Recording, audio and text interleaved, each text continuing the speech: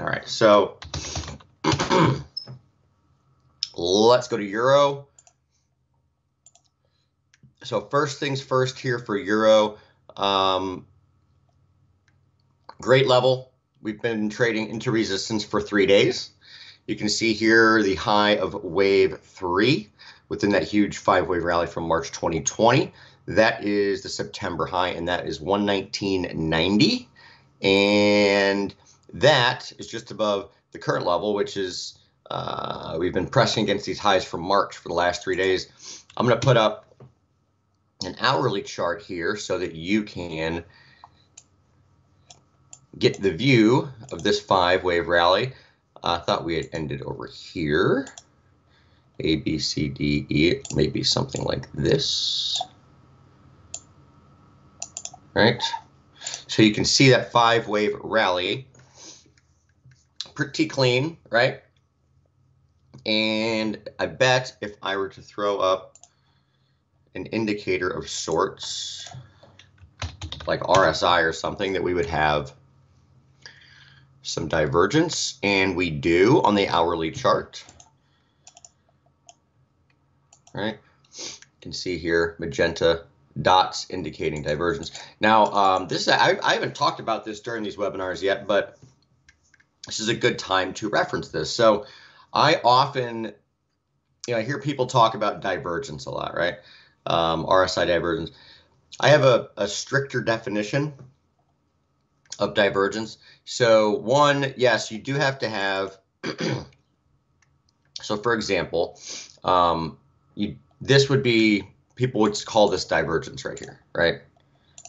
Higher high in price, lower high in the indicator.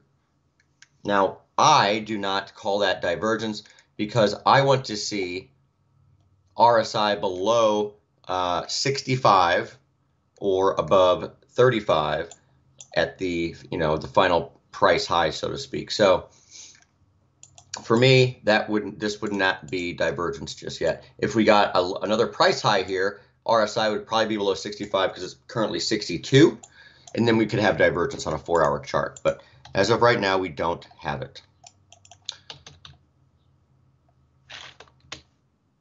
All right, so here's euro again, 5 waves up, great level into those March levels right here, those March highs, and just above again is going to be 119.90. So we're in the right zone, and have the a pattern to look at where we should be pulling back relatively soon. Okay, now it's early, but my thinking here is that support's probably going to be about 1830 to say 1860.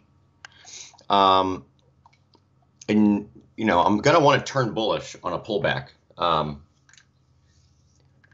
here in euro. There's a couple reasons for that.